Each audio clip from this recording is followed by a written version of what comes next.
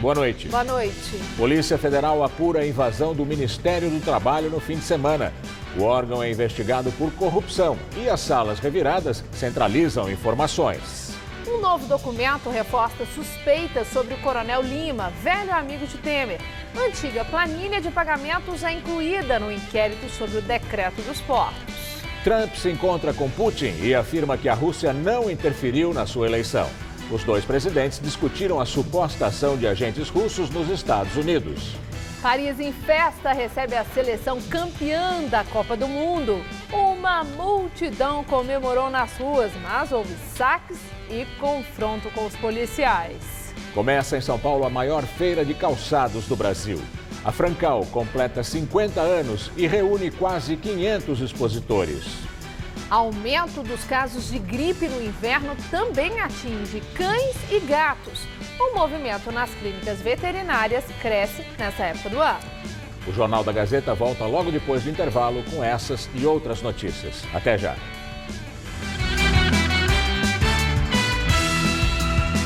Quando a notícia apita, entra em campo um time de craques que é fera na cobertura e no contra-ataque. Futebol é para fazer gol, é para jogar ofensivamente. Tem que parar com essa bobagem de que jogo vale tudo. Ou seja, continuamos fazendo do futebol um boteco. Gazeta Esportiva, de segunda a sexta, 18h.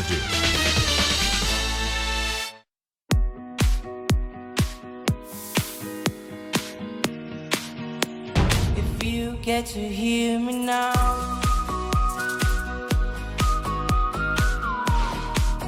Tigo 2, agora com câmbio automático de última geração.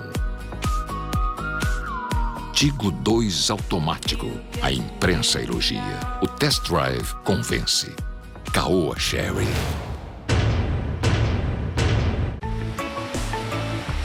Guarujá Goldens, um novo conceito de empreendimento no litoral. Uma experiência de conforto e bem-estar para a sua família. Vista deslumbrante no melhor do Guarujá. Um resort 6 estrelas para toda a sua vida. Desconto de 15% até 30/4/2018. Guarujá Goldens, para você.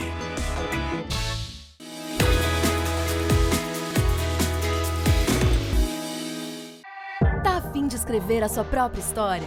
Que tal dirigir a sua própria vida? Então corre pra cá, que a sua hora chegou. Bem-vindo ao Universo Casper, um lugar certo para você pensar, criar e questionar. Na Casper, razão e emoção se unem para fazer diferente, fazer melhor. E você, aceita o desafio? Tem muita coisa nova te esperando por aqui. Faculdade Casper Líbero, Vestibular 2019, paixão por comunicação. A todo momento. Em qualquer lugar. As notícias não param. E nós estamos de olho em tudo que é relevante. Para você ficar bem informado. Jornal da Gazeta, edição das 10, de segunda a sexta.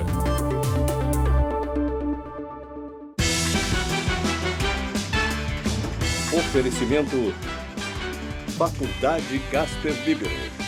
Paixão por comunicação.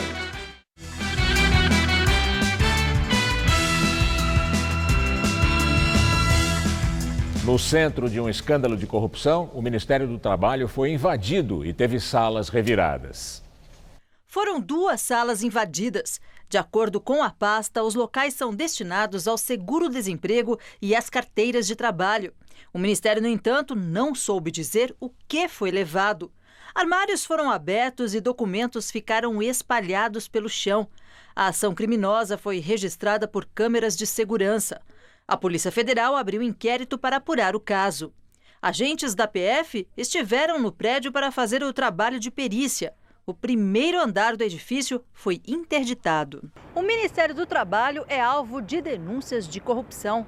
A polícia apura na Operação Registro Espúrio o pagamento de propina na concessão dos registros sindicais. O esquema na pasta teria desviado ao menos R$ 4 milhões. Os pedidos eram intermediados por políticos. A operação apontou um loteamento de cargos na pasta entre os partidos PTB e Solidariedade. Em relatório enviado ao Supremo, os investigadores apontam que o ex-ministro Elton Iomura era fantoche dos caciques do PTB e da deputada Cristiane Brasil. A deputada, que é filha de Roberto Jefferson, chegou a ser nomeada para o comando do Ministério do Trabalho. No entanto, a posse foi barrada pela Justiça devido a condenações na área trabalhista. O relatório da Polícia Federal diz que Cristiane Brasil, mesmo sem ter qualquer cargo no Ministério, passou a exercer grande influência no órgão. O documento aponta que Elton Iomura foi alçado ao cargo de ministro para atender interesses do PTB. Ele deixou a esplanada logo após ser alvo da operação. Além de Cristiane e o pai, também são investigados na Registro Espúrio os deputados federais Paulinho da Força, do Solidariedade, e os PTBistas Wilson Filho, Nelson Marqueselli e Jovair Arantes, que foi relator do impeachment de Dilma na Câmara. Todos os políticos negam as acusações. Eles estão impedidos de entrar no ministério. O novo ministro do Trabalho, o terceiro na gestão Temer, Caio Vieira de Mello, suspendeu até outubro a concessão dos registros sindicais. Polícia Federal investiga um novo documento que aponta que a empresa do coronel João Batista Lima Filho, amigo de Temer, intermediou o pagamento de propina para o presidente na década de 90. Segundo a Polícia Federal, o documento reforça suspeitas levantadas por uma planilha que constava de uma outra investigação e que também já foi anexada ao inquérito de agora.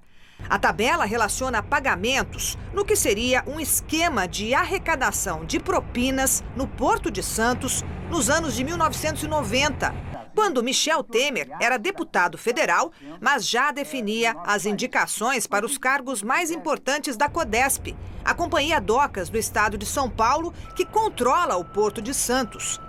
Na planilha, os beneficiados pelos repasses aparecem nomeados pelas iniciais.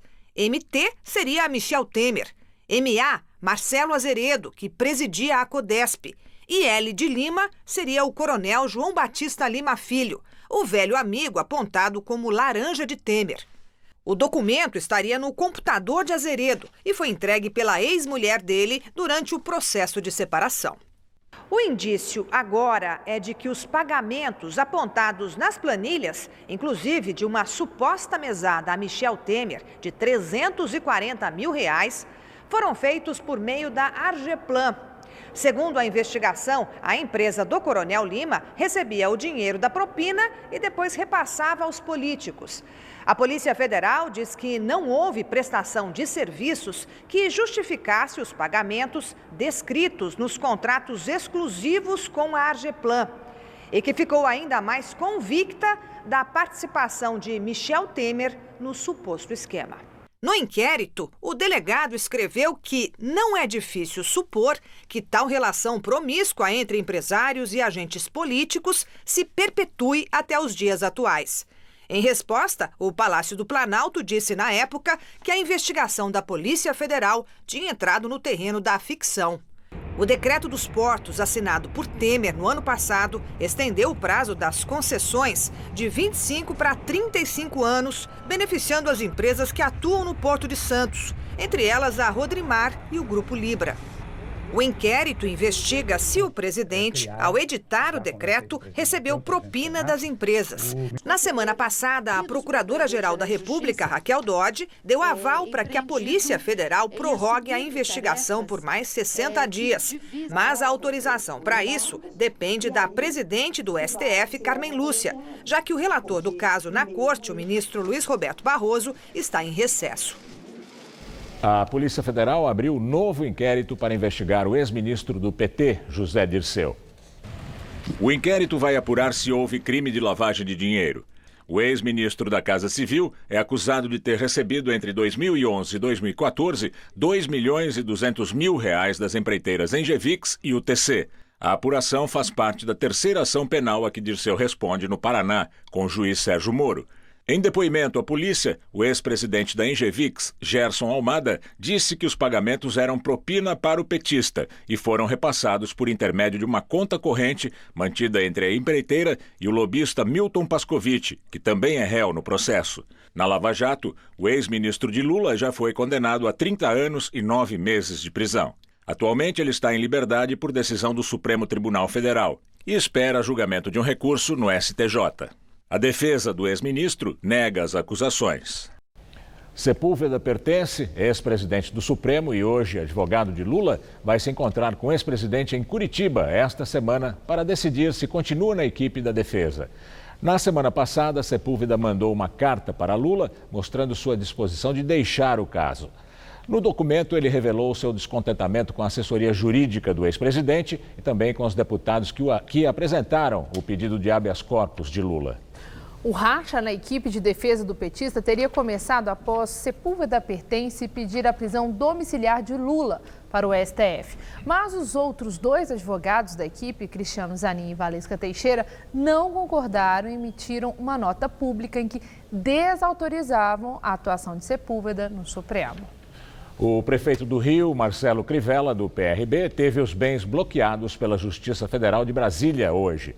Além dele, os bens de outras 8 pessoas e uma empresa também foram bloqueados, totalizando o valor de R$3.100.000. Todos são investigados numa ação de improbidade administrativa movida pela Procuradoria da República no Distrito Federal. O processo apura superfaturamento em um contrato firmado em 2013 para substituição de portas, vidros e acessórios no prédio do Ministério da Pesca e Agricultura, na época ocupado por Crivella. Vamos agora ao comentário de política com Bob Fernandes. Há 2 semanas, o Hora do Voto, comandado por Maria Lídia, entrevistou Flávio Rocha, o bilionário, dono da Riachuelo e pré-candidato à presidência pelo PRB. Então, perguntei a ele se em agosto ainda o teríamos como candidato. Pode ter certeza, respondeu Flávio Rocha. Na sexta-feira, ele desistiu de ser candidato. Discurso base de Flávio Rocha. O Brasil é um país socialista há 100 anos. O Estado é entrave absoluto para o progresso e o mercado deve ser radicalmente livre. Esse discurso funciona para o topo, mas não cola nos esfomeados andares de baixo. Motivo para a desistência de Flávio Rocha: falta de votos. Por isso, candidatos mentem. Na semana em que o bilionário jurava candidatura até o fim, Bolsonaro jurava na Confederação Nacional da Indústria. Disse: os senhores são nossos patrões, não faremos nada da nossa cabeça. Bolsonaro foi aplaudido ao apontar como grave problema a aposentadoria dos servidores públicos. Dias depois, Flávio, filho de Bolsonaro e deputado estadual, desmentiu o pai.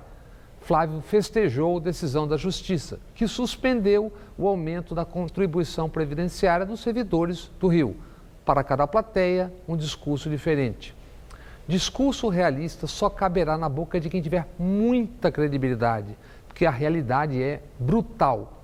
Manchete da Folha hoje: mortalidade infantil tem primeiro aumento desde 1990.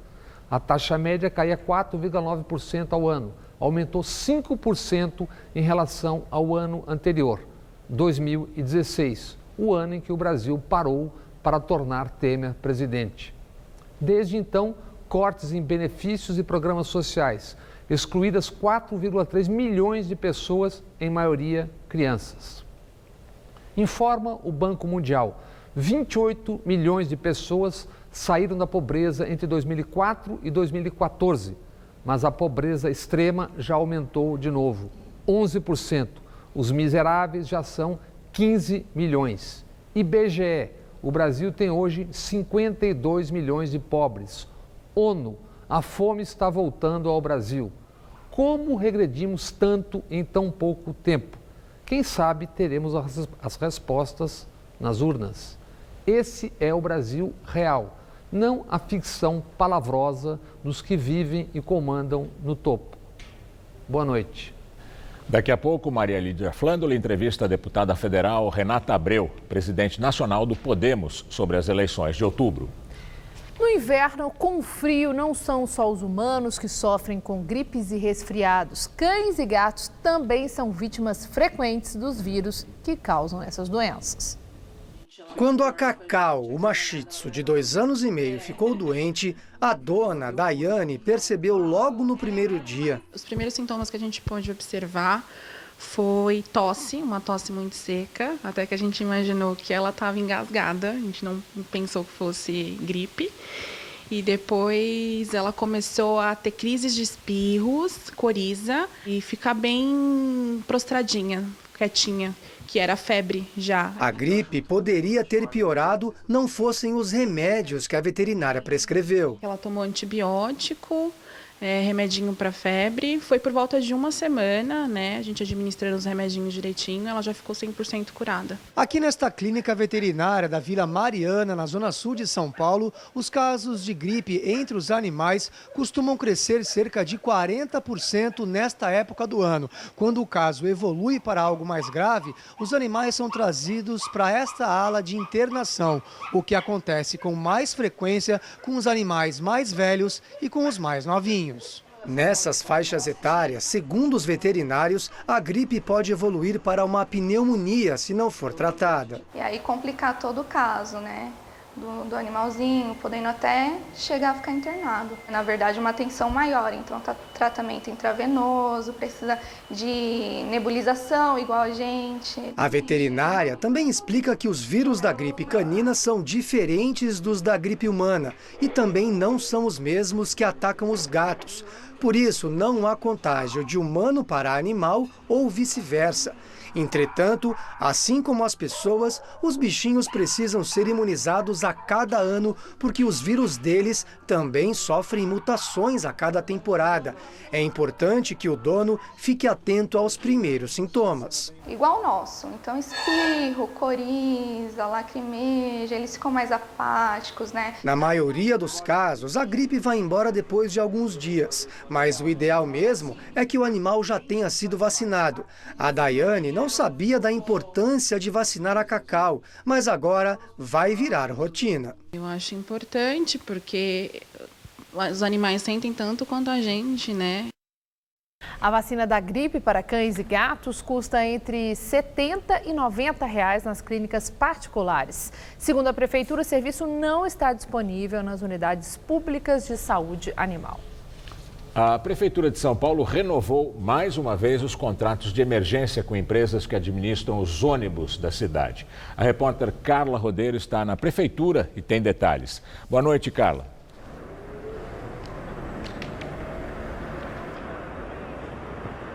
Olá, boa noite. Olha, o novo edital para a licitação das linhas de ônibus da capital, elaborado ainda pela gestão do ex-prefeito João Dória, foi suspenso no mês passado.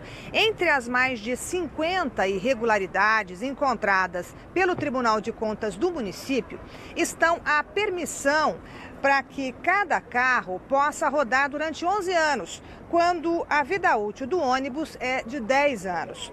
O método para remunerar as empresas, segundo os auditores, não incentiva também a redução de custos do sistema em benefício do usuário. Além disso, faltam detalhes sobre o que compõe os custos. E não há previsão de multa pelo descumprimento de viagens. O tribunal também considera o prazo de concessão de 20 anos muito longo. Bem, os contratos que foram renovados agora de forma emergencial por mais um ano são com as empresas que atuam em linhas na região central, com ônibus grandes. Desde 2013, quando o prazo venceu, que os contratos vêm sendo renovados com algumas alterações. Bem, o sistema, que envolve 15 mil ônibus, custa quase 3 bilhões de reais por ano ao município. O prefeito Bruno Covas disse que a prefeitura está fazendo os ajustes de acordo com as questões levantadas pelo TCM para que a concorrência possa ser realizada em breve. E também para atender sugestões do tribunal, a prefeitura anunciou hoje que vai adiar por um mês a concessão do estádio do Pacaembu à iniciativa privada. Então, os envelopes com as propostas agora só serão abertos em 16 de agosto e não mais na próxima quarta-feira, como estava previsto. Bem, o Pacaembu vai ser concedido à iniciativa privada pelo prazo de 35 anos, em troca do pagamento de 37 milhões de reais e da garantia de que o estádio vai permanecer aberto à população. É com vocês no estúdio. Começou hoje aqui em São Paulo a edição de número 50 da Francal, a feira de calçados e acessórios. Em destaque, o couro, que continua em alta na próxima estação. A expectativa do setor é de recuperação no segundo semestre. Nos primeiros meses do ano, houve retração impulsionada pela alta do dólar, a paralisação dos caminhoneiros e a queda no consumo interno. Maria Fernanda começou a fabricar os sapatos femininos para vender na loja de roupas da mãe dela. Agora tem uma marca própria. Ela cria os modelos e acompanha numa pequena fábrica todo o processo de produção, que começou com 70 pares por mês e já são 450. A matéria-prima utilizada por ela é o couro, escolhido cuidadosamente para cada tipo de calçado. Esse couro aqui, por exemplo, ele é um mestiço, é um couro de cabra. Ele não é fino, né? Mas ele tem um toque muito bom, muito macio. Os sapatos criados por Maria Fernanda no papel são desenhados nesses moldes de madeira e depois viram um quebra-cabeças. Cada peça é colocada sobre o couro e cortada. Um trabalho todo artesanal que inclui ainda a costura das peças e a montagem final do sapato. Os preços variam de R$ 450 a R$ 650 reais. Isso aqui na fábrica a gente demora um dia para pilotar. É tipo fazer o desenho na forma, tirar da forma, costurar um sapato para a gente ver, colocar a sola, calçar no pé, ver se está tudo bem, se ele não está machucando. A indústria do couro gera cerca de 50 mil postos de trabalho no país. São 260 curtumes, como este em Franca, no interior de São Paulo. E o processo para o beneficiamento é longo. Chega a demorar 30 dias até que o couro esteja pronto para ser usado. Na Francal, que começou hoje em São Paulo, os sapatos em couro ganham destaque. A feira, que completa 50 anos, é considerada uma das maiores do setor calçadista do país. São 450 expositores que apresentam as tendências da moda para a próxima estação. Hoje no Brasil são produzidos cerca de 1 bilhão de pares de calçados por ano. E um detalhe: 20% deles feitos em couro, o que mostra a importância desse material para as indústrias do setor. E os calçados masculinos em couro são os mais vendidos. O homem, vamos dizer assim, troca menos sapato que as mulheres e por isso eles compram sapatos que duram mais. Eles conseguem dar uma manutenção, como um engraxe, às vezes até uma reforma no próprio sapato. Isso é possível com sapatos de couro. A gente enfrentou nesse primeiro semestre situações indesejáveis. Uma retração na economia. Nós temos a expectativa e a confiança da viradinha da chave para ter um segundo semestre muito melhor. A Francal fica no Expo Center Norte até o dia 19 de julho. A entrada é grátis, mas o evento é restrito a profissionais do setor. A economia brasileira encolheu, segundo o Banco Central. O IBCBR, o Índice de Atividade Econômica, considerado uma prévia do PIB, recuou 3,34% em maio, na comparação com abril. Em relação ao mesmo período do ano passado, o recuo foi um pouco menor, ficando em 1,54%. Contribuiu para a queda do índice a paralisação dos caminhoneiros no fim de maio. E agora vamos ao comentário de economia com Denise Campos de Toledo. O IBCBR é uma prévia do PIB, portanto, o recuo de 3,34% registrado em maio terá de ser confirmado, mas vai de encontro à sinalização dos indicadores setoriais. A queda foi mesmo pesada e vai afetar o resultado do ano, pelo impacto direto da paralisação e pela piora da confiança de empresários e consumidores. A greve carimbou um final melancólico para o governo Temer. Não dá para esperar qualquer estratégia mais eficaz para dar impulso mesmo ao crescimento. A enxurrada de medidas contrárias ao ajuste fiscal aprovadas pelo Congresso antes do recesso reforçam essa percepção. Medidas que mexem negativamente com receita e gastos, podendo ampliar muito o rombo das finanças públicas. Outras medidas adiadas, como a permissão para o leilão das distribuidoras de energia e a cessão onerosa do pré-sal, travam a agenda em outros sentidos. Claro que também tem o aspecto financeiro. O governo ainda conta com o retorno que pode ter com essas operações, se conseguir driblar a resistência política e jurídica. Tem até liminar travando o processo. Mas a postura do Congresso, assim como as concessões que foram feitas aos caminhoneiros, comprovaram a fraqueza do governo e o pouco espaço para estimular a atividade. O mercado financeiro, segundo o relatório Focus, também do Banco Central divulgado hoje, já reduziu a projeção de expansão da economia este ano para 1,5%. Por outro lado, cortou a previsão de inflação após aquela disparada provocada também pela greve, com desabastecimento e perda de produção. Agora, essa redução da projeção de inflação também tem relação com a fraqueza da atividade e do consumo. Aliás, com este cenário, não se pode esperar reação mais favorável sequer do mercado de trabalho, que também afeta o potencial de reação da economia. As expectativas mais otimistas ficam cada vez mais para o próximo governo, desde que ele seja capaz de levar adiante uma agenda que possa colocar a economia nos eixos.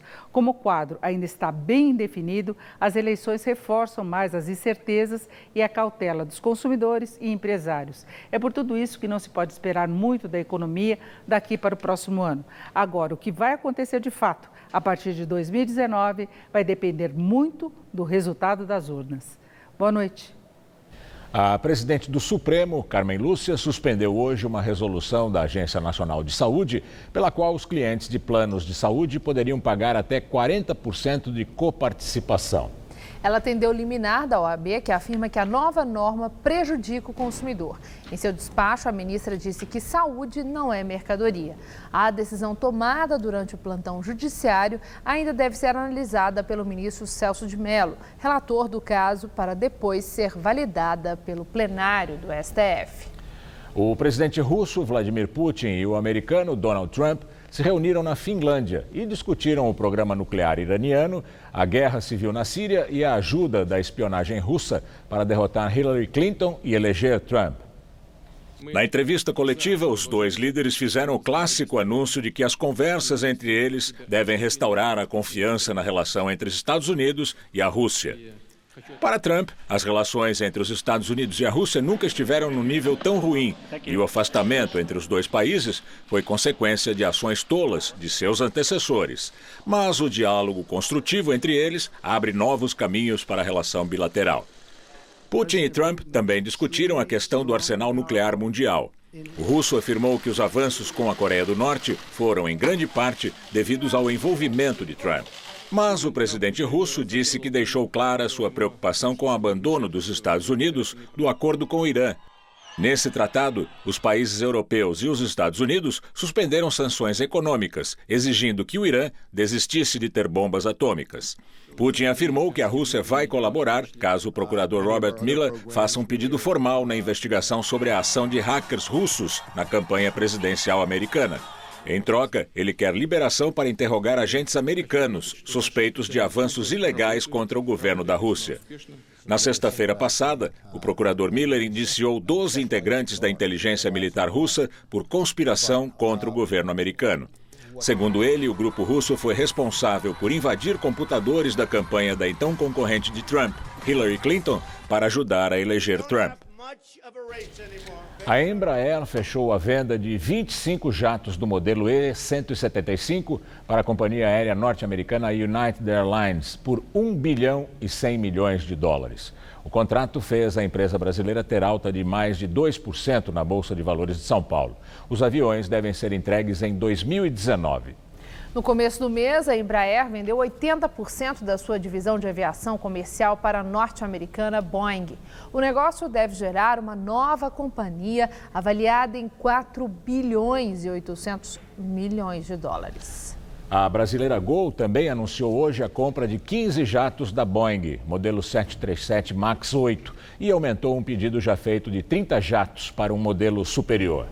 O anúncio fez as ações da Gol dispararem em 12%, liderando os ganhos do Ibovespa. Em comunicado, a Gol disse que a aquisição faz parte da estratégia de redução de custos operacionais e melhoria da competitividade. O governo de Cuba anunciou uma grande reforma da Constituição e o país comunista deve agora reconhecer pela primeira vez a propriedade privada.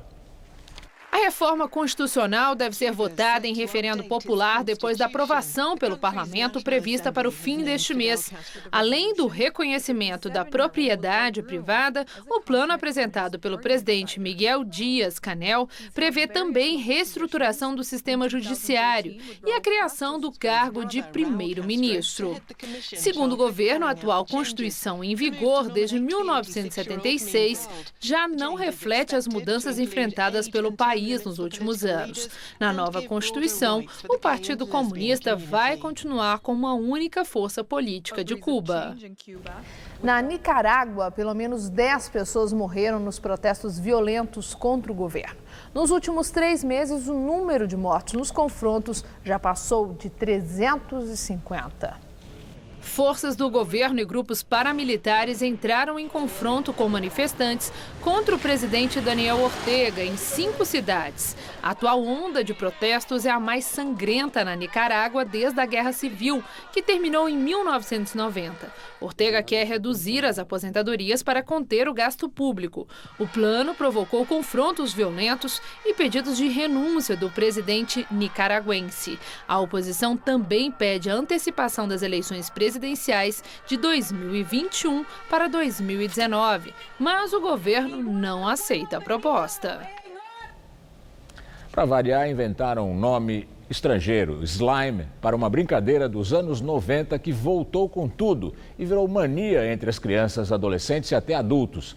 Tem gente ganhando dinheiro com essa nova onda de popularidade dessa meleca colorida.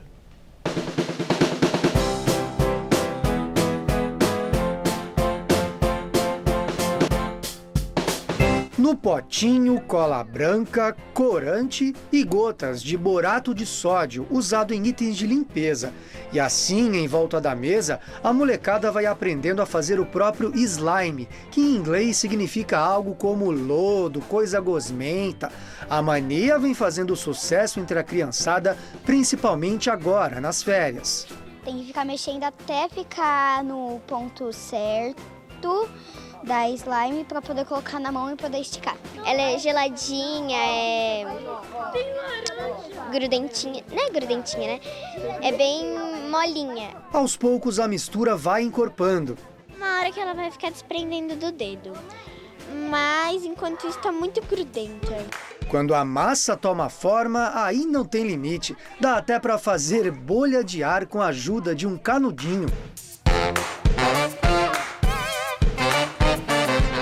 Quem é mais velho e se identificou com essa brincadeira não é mera coincidência. É que nos anos 80 e 90, isso aqui era chamado de meleca, de geleca e até de amoeba. A diferença é que hoje já tem empresa que transformou essa coisa gosmenta em negócio. Essa equipe aí leva todo o aparato e cobra R$ 800 o pacote para até 20 crianças. A única restrição são crianças alérgicas ao borato de sódio e, claro, não ingerir e não passar o produto nos olhos. A partir de 3 anos é o recomendável para elas começarem a brincar. Acho que antes disso a criança ainda não tem muita noção por conta da idade, né? Tipo, de colocar na boca, é alguma coisa que realmente não é recomendável. De resto, é só se melecar e esquecer um pouquinho o mundo virtual. Tirar um pouco as crianças de dentro do computador e celular, né? Então o objetivo maior é esse. E se grudar demais, a própria gosma limpa tudo da mão do repórter. Não fica totalmente limpa, mas pelo menos não fica tão melecada.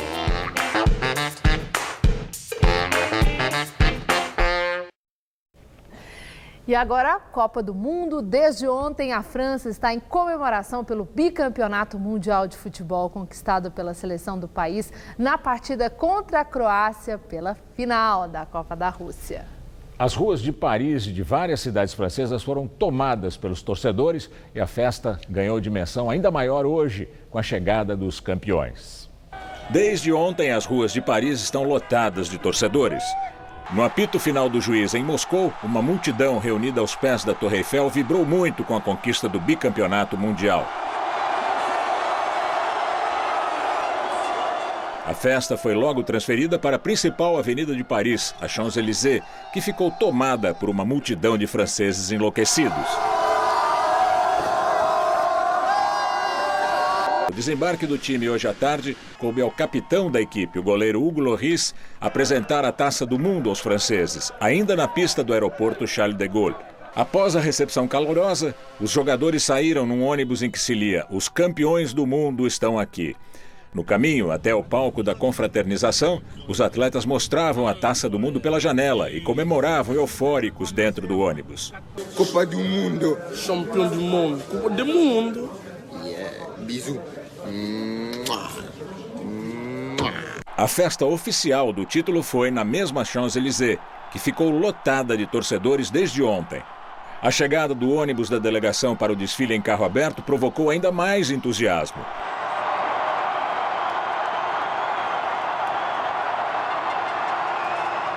Assim, em clima de celebração, a segunda-feira, 16 de julho de 2018, entra para a história da França como um novo dia D, em que os franceses puderam de novo bater no peito e dizer com orgulho: pelo menos no futebol, somos os donos do mundo. Mas a festa dos franceses em Paris também teve cenas lamentáveis de violência durante a madrugada. Tumultos e saques foram registrados na capital e em outras cidades. A polícia foi chamada para conter os vândalos e houve confronto. Com torcedores exaltados por toda a cidade, a mistura de alegria e álcool logo descambou para a violência. Vários saques a lojas, boutiques e supermercados foram registrados durante a madrugada. A polícia foi chamada e usou bombas de efeito moral contra os torcedores. As explosões foram ouvidas em várias ruas da cidade. Os manifestantes revidaram com rojões e sinalizadores. Segundo as agências de notícias, pelo menos uma pessoa morreu durante o confronto e vários torcedores ficaram feridos. No meio da madrugada, jatos d'água foram usados para desobstruir as ruas e dispersar os torcedores mais eufóricos, que insistiam nas comemorações até o nascer do dia. Só em Paris foram detidas 102 pessoas. Ao menos 292 foram presas em várias cidades da França durante os incidentes, que tiveram, inclusive, saques a um shopping center. Voltando para a beleza do futebol em campo, né? A partida entre a França e a Croácia teve o maior número de gols de uma final de Copa do Mundo dos últimos 52 anos. Foram 6 gols. A última vez que um jogo valendo o título mundial teve mais de 6 gols marcados foi em 1958, na partida entre Brasil e Suécia, com 5-2 para a seleção brasileira. Na partida de ontem teve tudo: gol contra, pênalti marcado com a ajuda do árbitro de vídeo e até lambança do goleiro. No estádio Luzhniki, em Moscou, Griezmann cobrou falta para dentro da área e o atacante Mandzukic acabou marcando contra. 1-0 para a França diante da Croácia. Esse foi o primeiro gol contra da história em uma final de Copa do Mundo. O gol de empate dos croatas saiu depois dessa pancada de pé esquerdo do craque Perisic. 1-1. Ainda no primeiro tempo, o mesmo Perisic acabou tocando a bola com a mão dentro da área. O juiz argentino Néstor Pitana consultou o árbitro de vídeo e deu pênalti para a França. Griezmann bateu com categoria e recolocou os franceses em vantagem, 2-1. Já no segundo tempo, o maestro francês Pogba precisou tentar 2 vezes até fazer o terceiro gol da França na partida. E é claro que não poderia faltar o golzinho do garoto Mbappé. O atacante de apenas 19 anos chutou cruzado e anotou o 4º da França na finalíssima da Copa. Depois da partida, Mbappé seria eleito o melhor jogador jovem do Mundial. O goleiro Lloris ainda achou um tempinho para fazer essa bobagem e ver Mandzukic diminuir para a Croácia, mas ficou nisso mesmo. Final, França bicampeã do mundo 4, Croácia 2. Apesar da derrota para a França na final, a seleção da Croácia foi recebida com festa na capital, Zagreb, depois da campanha histórica do time em Copas do Mundo. Os croatas nunca tinham chegado a uma final de Copa do Mundo e a seleção deles sequer tinha estádio oficial para treinar antes da competição na Rússia. Os jogadores também desfilaram em carro aberto e foram saudados como heróis nas ruas da capital. Aos perdedores, as batatas? Nada disso. Jogadores da Croácia, vice-campeões da Copa do Mundo, foram recebidos como heróis nesta segunda-feira pelos torcedores em Zagreb, capital croata. com direito a tapete vermelho e comitê de boas-vindas formado por dezenas de modelos. A festa começou já na pista do aeroporto.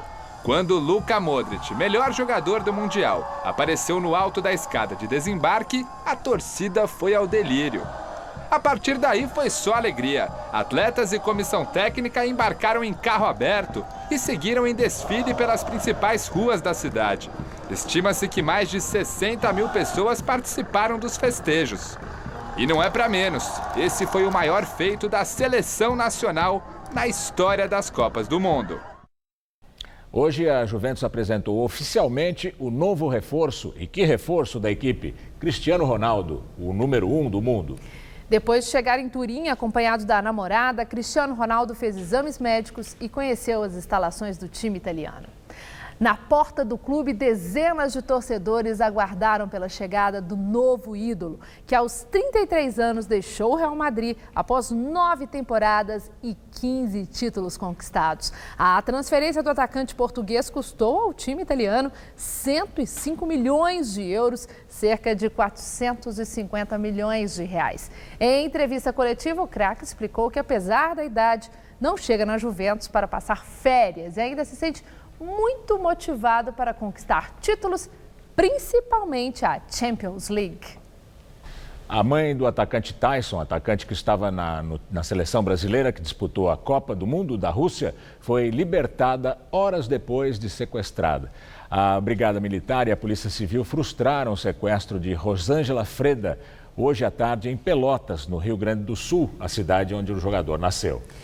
Rosângela foi localizada em uma casa na área rural do município e passa bem. Pelo menos 4 suspeitos de envolvimento no crime foram presos, mas, segundo a polícia, esse número pode aumentar.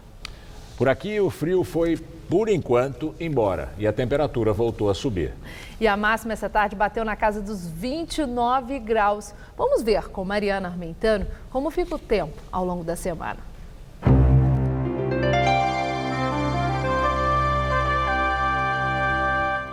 Os próximos dias seguem com tempo quente e seco em todo o sudeste e o centro-oeste do país.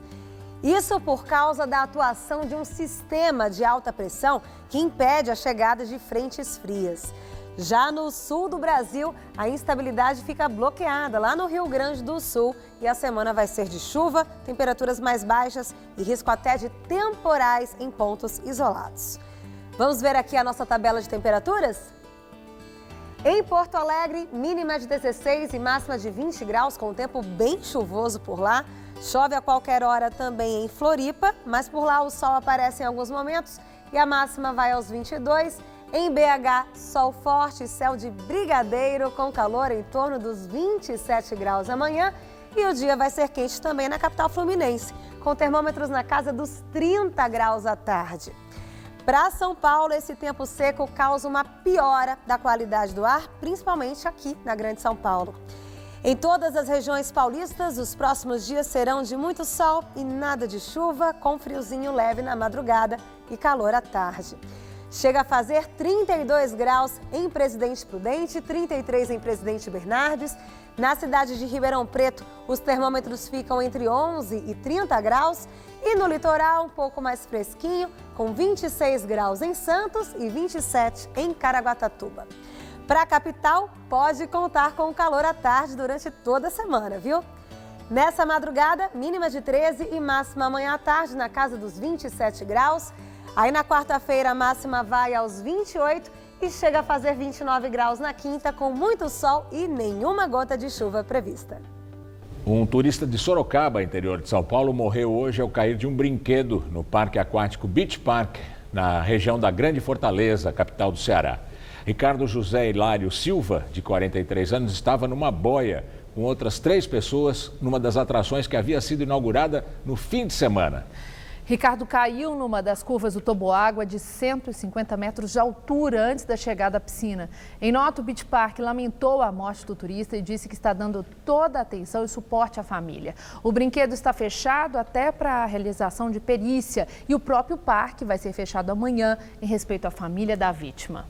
Um espetáculo de teatro encenado por um grupo de jovens moradores de Perus, em São Paulo, mistura realidade e ficção para falar de um momento histórico do país. A peça comum aborda a descoberta da vala clandestina no cemitério Dom Bosco, no mesmo bairro onde foram deixadas ossadas de desaparecidos políticos durante a ditadura militar. Minutos antes da peça começar, muita concentração. Os atores se preparam para levar ao público uma história de um período recente, marcado por sofrimento, dúvidas e resistência, e que não pode ser esquecido. No palco, uma mistura de ficção e realidade para falar sobre os tempos da ditadura militar brasileira. Aqueles terroristas não merecem a tua proteção. Vamos, fala! Me dá um endereço. Uma trama que começa com a descoberta da vala clandestina no cemitério de Perus. Enquanto os corpos não forem encontrados, os crimes estão acontecendo nesse exato momento. Então não é algo do passado, então essa relação ela é presente. O Grupo Pandora de Teatro foi criado em 2004 em Perus e a maioria de suas produções trata de temas relacionados a este bairro da periferia de São Paulo. Thalita é uma das personagens principais da peça. No começo ela tem uma certa relutância, um pouco mais de pouco otimismo em relação à luta estudantil, mas depois ela acaba entrando para o movimento estudantil e o fim da vida dela acaba sendo torturada, né? E para poder dar mais realidade e sentimento ao espetáculo, o grupo teatral precisou fazer uma intensa pesquisa sobre este período triste da história do Brasil. Um trabalho que incluiu visitas constantes ao cemitério Dom Bosco, aqui em Perus, onde em 1990 a vala clandestina, com mais de 1.000 ossadas, foi descoberta. E ouvir o depoimento de personagens reais desta história também foi fundamental. Pessoas como o seu Antônio Eustáquio, que administrou o cemitério durante 15 anos. Ele ajudou a encontrar a vala clandestina, mesmo depois de ter recebido muitas ameaças. Fizeram uma reunião, estava até o prefeito, superintendente, diretor do departamento de cemitério, no Hotel Jaraguá, lá no centro, para dizer para mim calar a boca. Eu nunca calei. Desde que a vala foi encontrada, começaram os trabalhos de identificação das ossadas, mas as investigações foram interrompidas várias vezes e retomadas só em 2014. É muito difícil a gente acessar essas coisas, até porque é uma ferida muito aberta ainda, socialmente, culturalmente, nossa história. Em fevereiro deste ano, um laboratório na Bósnia, no leste europeu, confirmou o nome do militante político Dimas Antônio Casemiro, assassinado em abril de 1971, em São Paulo. Hoje eu ainda não sinto totalmente realizado, porque ainda faltam muitos para serem descobertos. A lista dos desaparecidos ainda é enorme. A peça comum fica em cartaz no Cine Teatro Pandora até 4 de agosto, às sextas-feiras, às 8 da noite e nos sábados, às 7 da noite. Os ingressos não têm preço definido e a contribuição é voluntária. Aposentados e pensionistas do INSS vão começar a receber a primeira parcela do 13º salário no mês que vem. O valor pode ser de até 50% do benefício. O governo autorizou a antecipação hoje, mas por enquanto a decisão não foi publicada no Diário Oficial da União. A expectativa do governo é que a medida injete 21 bilhões de reais na economia. Nesta primeira parcela não vai ter desconto do imposto de renda. O valor do benefício é proporcional ao período recebido. Na entrevista do dia com Maria Lídia Flandali, o ânimo do Podemos para unidade em torno de um só candidato do bloco de partidos do centro. A entrevista foi gravada. Entrevisto a deputada federal Renata Abreu, que é a presidente nacional do Podemos. Muito obrigada por estar conosco. Bom, deputada, tem um assunto aí que no Brasil se comenta até hoje, que foi aquele vai e vem das decisões judiciais que envolveram aquele pedido de habeas corpus para a libertação de Lula. Eu tenho perguntado invariavelmente aos políticos que vêm aqui que visão que tem de toda aquela confusão que acabou resultando na decisão do Superior Tribunal de Justiça de que Lula deve permanecer preso. Como vocês no Podemos entenderam? Aquilo foi uma ação estratégica pela indignação que no PT e aliados de Lula que eles têm, ou foi um ato político para reverberar nesses poucos meses antes das eleições? Como é que vocês avaliaram? como você disse nessa última parte, na verdade, a justiça precisa ser cumprida. E aquilo foi uma ação premeditada. Sabiam que ia cair naquele desembargador no momento de recesso do judiciário, um desembargador que foi 20 anos filiado ao PT. Eu acho que foi gerou para o cidadão que está muito confiante da justiça no Brasil, que está sendo passado a limpo, uma desconfiança. Isso é muito ruim na segurança jurídica, gera um precedente péssimo para o país e uma irresponsabilidade de um magistrado. Uma decisão colegiada, ele sabia que aquilo era um ato arbitrário. E para o Lula? Lula sai fortalecido ou sai politicamente enfraquecido de toda aquela confusão? Eu nem trato o Lula como candidato, né? Hoje ele é réu, está na cadeia e eu acredito que só embaraça ainda mais o processo eleitoral e gera um desconforto, uma insegurança para o eleitor cada vez maior. Um ato de irresponsabilidade. Bom, o candidato à presidência do seu partido, Álvaro Dias, ele que, por sinal, já esteve conosco, aqui. Tanto no Jornal da Gazeta como no programa Hora do Voto. Bom, Álvaro Dias se reuniu com Fernando Henrique Cardoso e lideranças do chamado Centro Democrático e Reformista. Foi esse o nome que eles deram ao conjunto de partidos que está preocupado com a pulverização, com um número grande de candidatos de partidos que têm semelhanças do ponto de vista da ideologia. E eles querem uma união desses partidos, uma espécie de frente para escolher um nome que os represente e com chance de vitória, é claro. Agora, eu quero saber o seguinte, se no Podemos vocês refletem sobre isso e têm a abertura para, inclusive, se necessário for, com essa finalidade de unidade, Álvaro Dias abrir mão da candidatura dele já no primeiro turno. Olha, só abriria mão se fosse possível a viabilidade de um candidato do centro diferente dele, o que nós não enxergamos no momento. A última pesquisa, inclusive encomendada pelo próprio DEM, mostra uma rejeição do PSDB de 62%. A rejeição, dificilmente você reverte no processo eleitoral, você reverte intenção de voto. Intenção de voto você pode sair de 40 para 10, mas a rejeição, aquele cidadão que fala eu não voto no PSDB de jeito nenhum, isso é difícil de reverter. Então uma rejeição de 62%, a maior de todos os candidatos, inviabiliza uma candidatura do PSDB no nosso ponto de vista. É muito mais difícil. O Álvaro Dias hoje, ele está empatado com o ex-governador Geraldo Alckmin, que foi candidato à presidência da República já, e ele é desconhecido. Então ele é o candidato que tem o maior potencial de crescimento de todos os candidatos do centro. Mesmo com pouco tempo na TV? Mesmo com pouco tempo na TV. O que a pesquisa mostra, a Quali mostra, é o potencial de crescimento do candidato. Então, o Álvaro hoje, dentre as características do que o eleitor espera para um próximo presidente, experiência administrativa, experiência política, a pesquisa mostra que o eleitor não quer o outsider.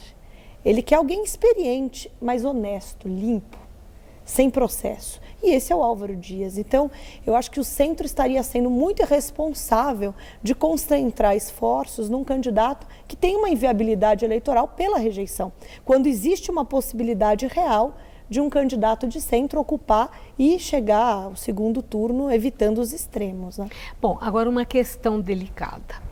A Folha de São Paulo publicou uma matéria, uma reportagem, revelando que na campanha eleitoral o Podemos está inflando a reputação de Álvaro Dias nas redes sociais usando robôs que são manipulados ali por terceiros.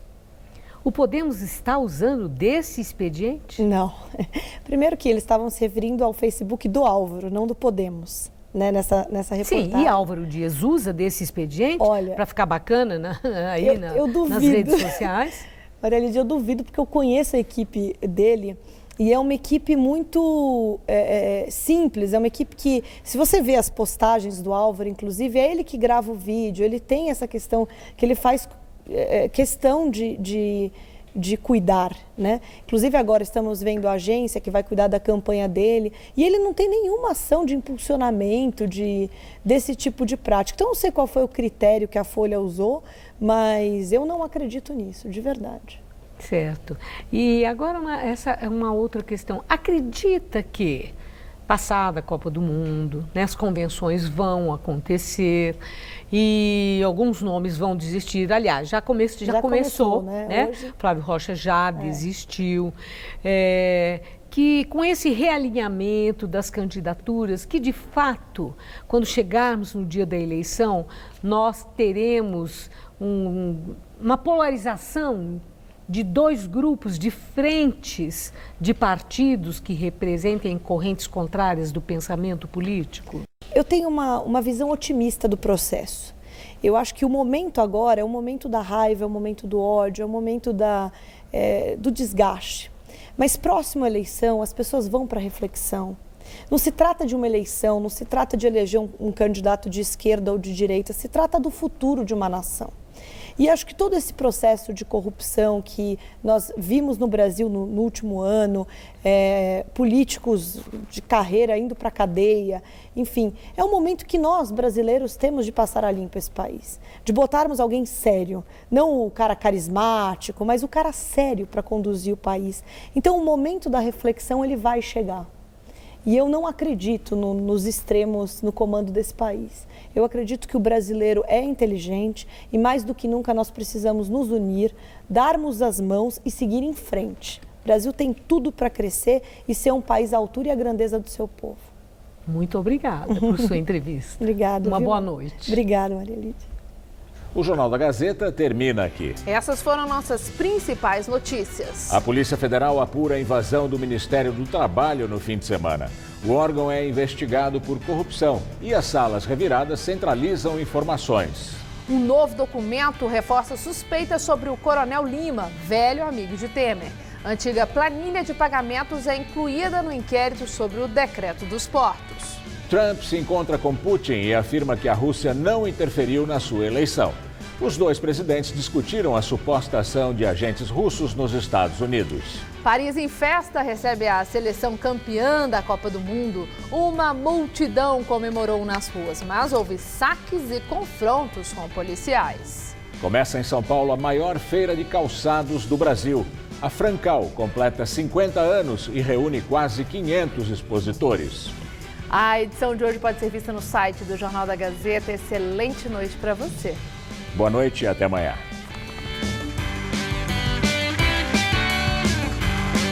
Próximo domingo, 11 da noite, em Hora do Voto, Maria Lídia entrevista o pré-candidato à presidência da República pelo PSOL, Guilherme Boulos.